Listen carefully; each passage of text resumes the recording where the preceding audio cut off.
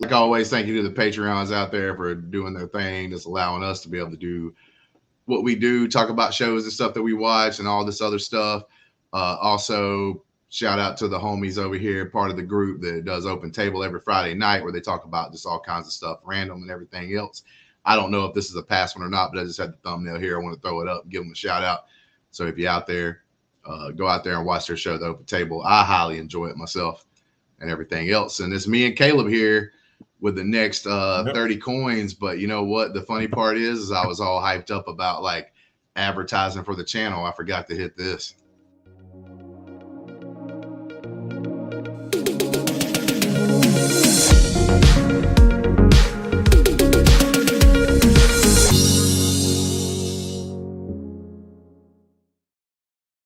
So with the advertisements out of the way and everything, like I said before, we hit that intro, and then we're going to talk about 30 coins. If I'm not mistaken, this is episode 4 of the second season and everything else. But yeah, dude, straight up, 30 coins, man. It's been hitting it. Deal with that. That was last week's. So, but anyway, I was still advertising. It's still good. But the thing about it, the thing about it is like, I think all 4 episodes so far of 30 coins has been solid. And when I say that, it's because if you're watching this show, and what's up, Brandon? Thanks for joining us live. But like, if you're watching this show, like I've said before multiple times, and you're watching this show for fun.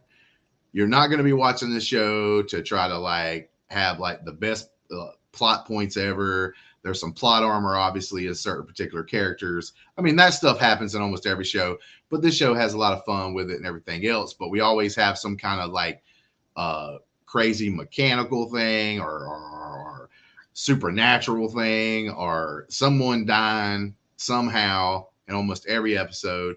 And that's some of the enjoyment that you can have with this right here, man. It's like super fun if you like those kind of things. And I actually enjoyed this episode. It is more of a build-up, which I'm fine with. They had 3 episodes that had a bunch of like action and some crazy stuff happening. This episode was a little slower. And I'm not saying that it was slow, because it wasn't by no means. It still had some like weird things going on and stuff like that.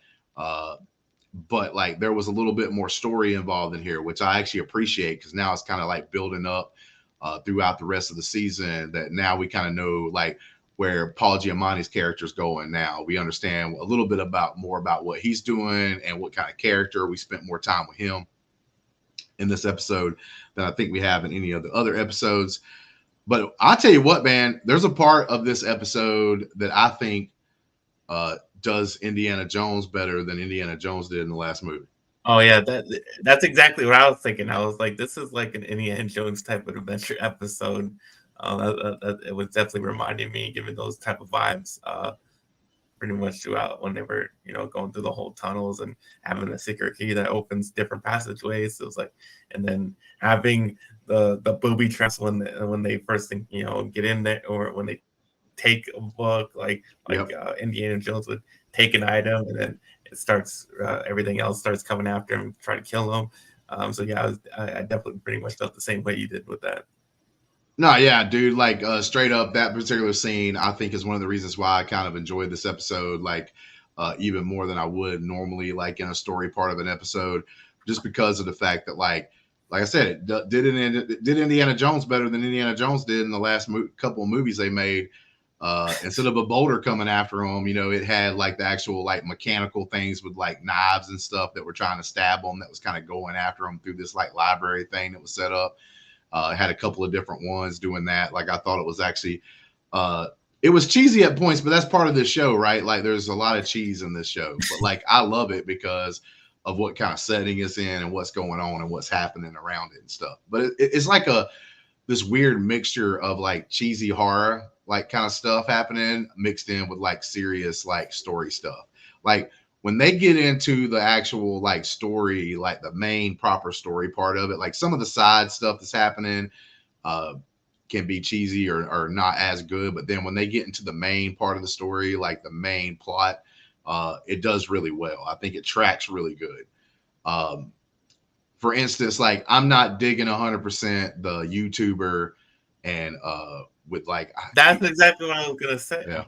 I pretty much felt the same way. I kind of feel like that part with her and Antonio, and we still don't know what's going on in the castle. I kind of felt like that part. I mean, we're already in episode 4. I mean, we first saw the castle in episode 1 where her friend dies, and we still have no explanation of what the hell's going on in there, and we still don't know why he's getting all these messages. He's just getting messages for no, whatever reason. And it just kind of like I just felt it was kind of dragging a little bit, and that whole story plot hasn't really gone much of anywhere yet. So yeah, definitely feel the same way. No, yeah, totally agree with you. Like, it's one of those things to where I think this show can get by with it because you have the fun, you have the kills and stuff and the deaths and the interesting, like every episode pretty much either has like an interesting kind of creature or supernatural deal, or like I said, the last couple episodes had like these mechanical things. Like the Grim Reaper seemed like a mechanical thing from the last episode that looked pretty cool. And then this one during like the Indiana Jones portion, I'm going to call it, like you had the different things that mechanical that was coming after them, as they were trying to go through the library, which I thought was pretty cool. But like the one thing that I think is lacking in some shows is like their side quests, I'll call them, you know what I'm saying? Because I play like World of Warcraft. So you got your main quest, you got some side quests.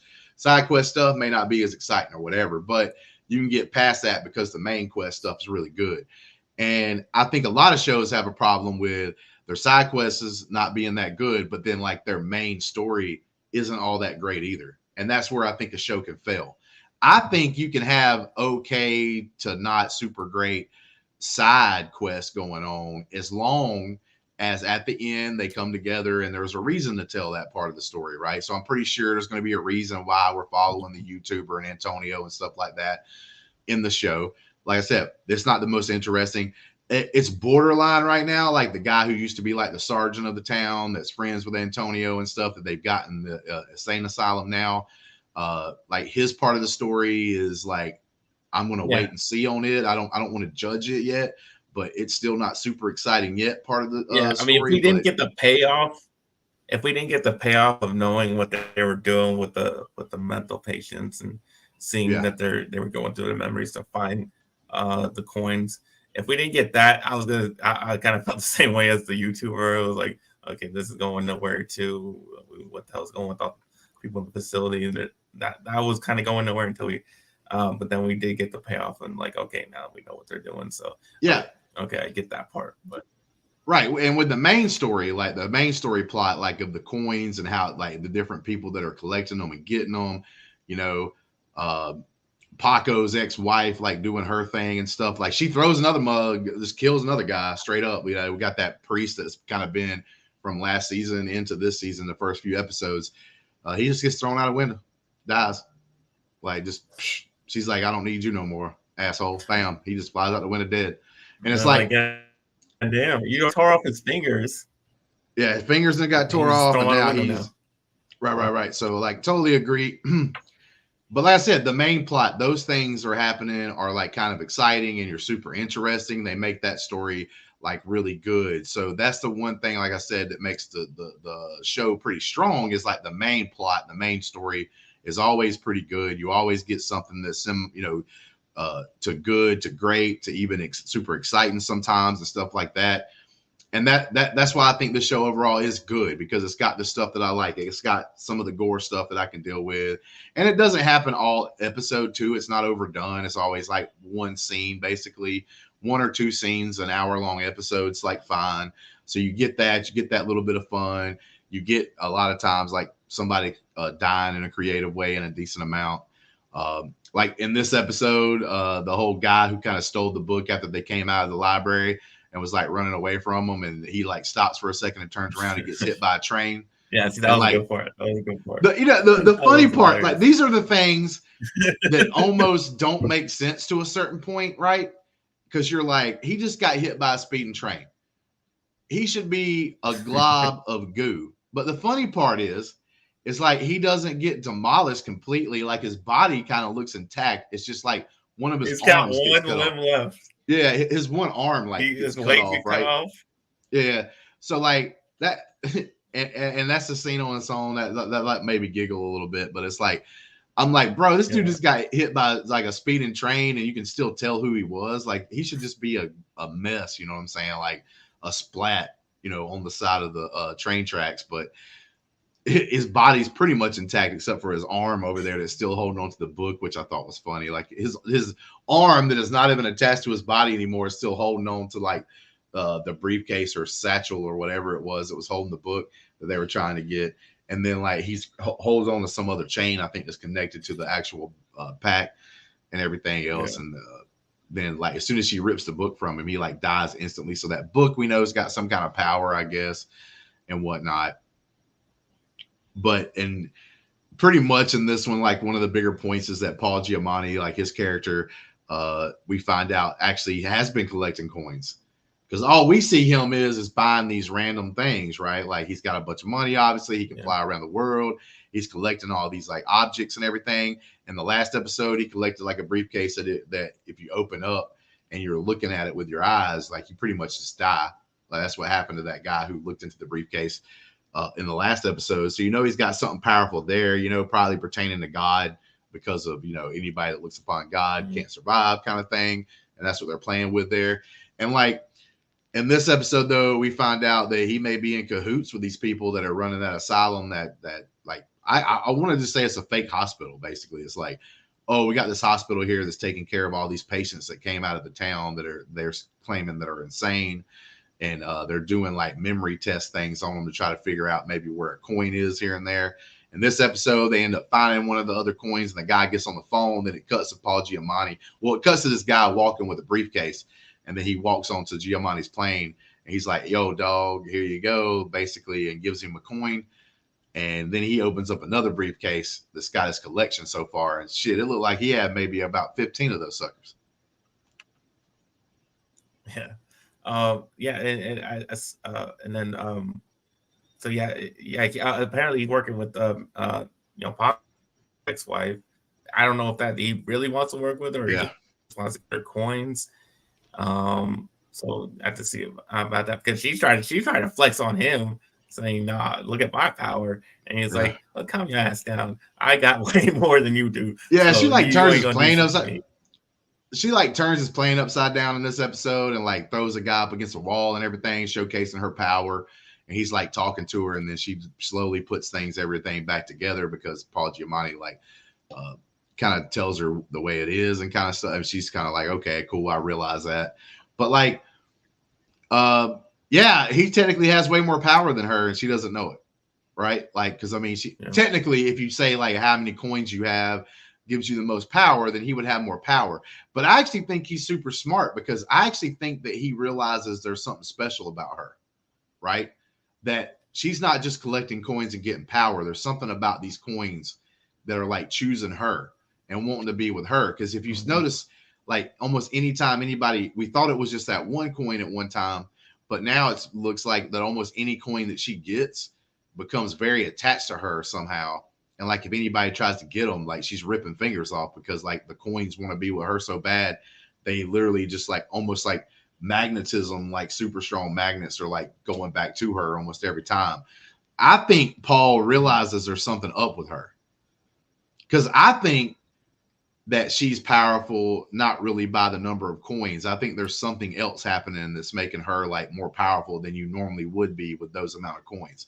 Like I would have been interested in her with just that one coin she started out with, say going up against a guy that had like 3 coins and like legitly had like a fight. Because I actually think that her with her one coin, because there's some kind of special connection, is actually more powerful than or just a random guy with 3 of the coins. Like I actually think that she's more powerful than them, like with the 3 coins. Now she's got like 6, I think it is, or whatnot. So the story's progressing like that. You know, there's a couple of things. We know that Antonio and them are trying to find out, like basically what their job is going to be in this season is like finding out some information that we need to know that's going to be able to help like them in the end, you know, like to win or stop them from doing what they're trying to do, and that kind of thing. And then we got Home do this investigating the hospital like we were talking about earlier. So we're able to see what kind of testing they're doing to these cats and everything else and what they're actually trying to do. So now we know what that little hospital thing's doing over there. So that's fine. So now we've got that. And then you got Paco and the girl, you know, going around doing the thing. It was kind of weird. Like the spider was still alive. Yeah, it is still alive. The spider baby was still alive. And now it's dead. Now it's dead. But Oh, it got stomped. It got stomped to the ground. Paco stomped that mug. But like the thing about it is, I didn't know that when she passed out the last episode, she didn't even know that, you know, she didn't actually have a baby. No, I think they were trying to put. This is one of those kind of cheesy things, right? So like a lot of the story is good, like I was talking about, and then you have all the action and scenes and stuff that are really cool that you enjoy and have a good time with. This first part of this episode, I think, was the weakest, almost. Like besides maybe the YouTuber and Antonio, like they're going to be battling out for the weakest part of this episode, just because of the simple fact that like when it comes down to it, you're sitting over here and you see like she's like, oh, where's my baby at? Even though technically you know that she knows it's something weird because she went from being barely pregnant to fully pregnant to having the thing within like a day or two. So like she knows there's something going on, right? And this spider thing that grew inside of her somehow or another had a key inside of it for her to even be able to open up and try to find those books they ended up finding in the episode. But like, you know, her acting, they shoved it in her mouth.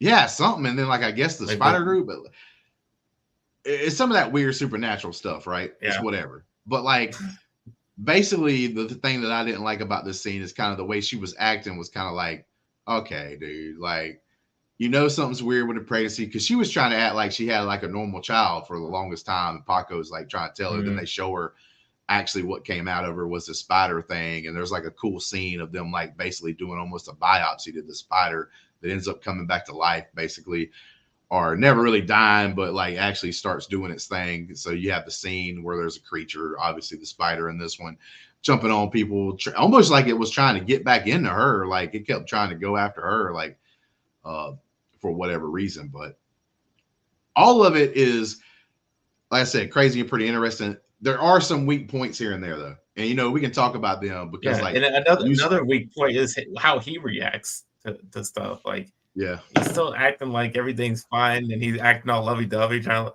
like. You can't see that she's all messed up. I mean, she was just in hell. You can tell. She got a spider baby. That's like, a good point. Doing, bro?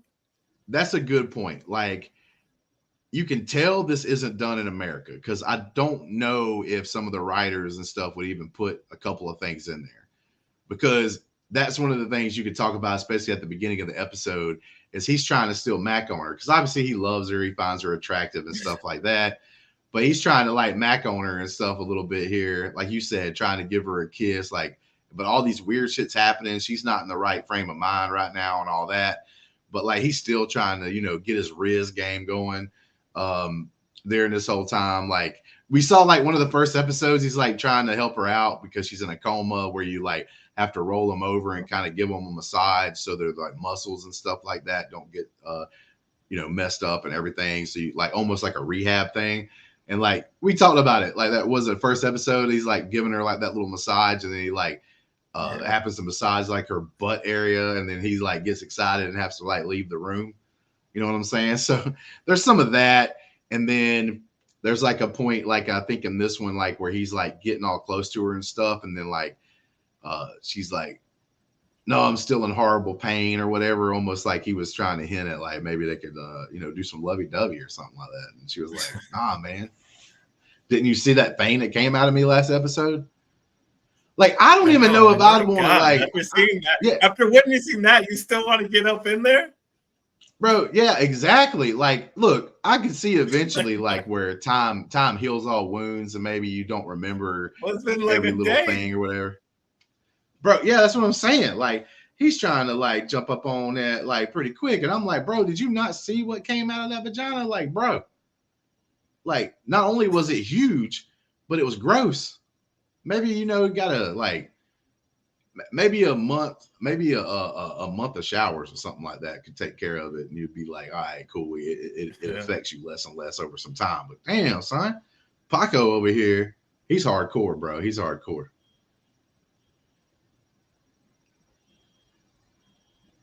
No Yeah, well, Paco. he was waiting for a long ass time, I guess. Yeah, she was in a coma for a decent amount of time. So it is what it is.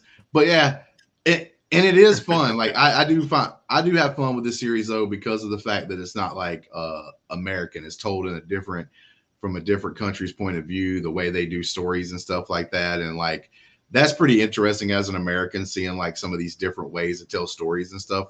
Because I actually enjoy this. I wish some of the American writers would come up with some stuff like this, because it's fun, man. It's got a dynamic story. Like I said, not everything's 100%. And like I said, we'll bring up and criticize the things about an episode or something like that we don't think is like the best, or part of the story that we don't think is like the best, and even joke around about a couple of things here and there that may not make sense.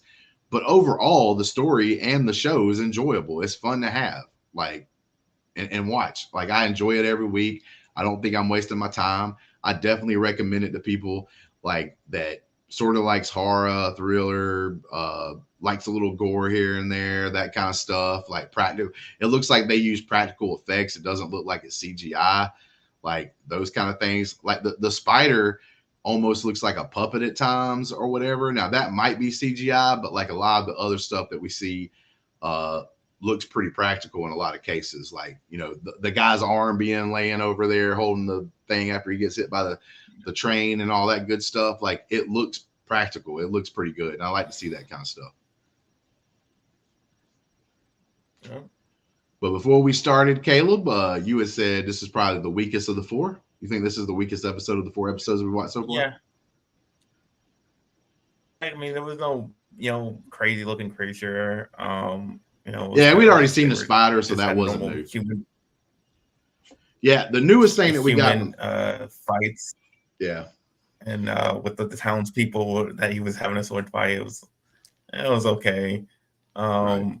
Yeah, and then just kind of dragging with the YouTuber Nanto, that was a little dragging part. So yeah, but we got some story stuff, but yeah, I wouldn't say it was like anything big and crazy like what happened in the last episode of the scene.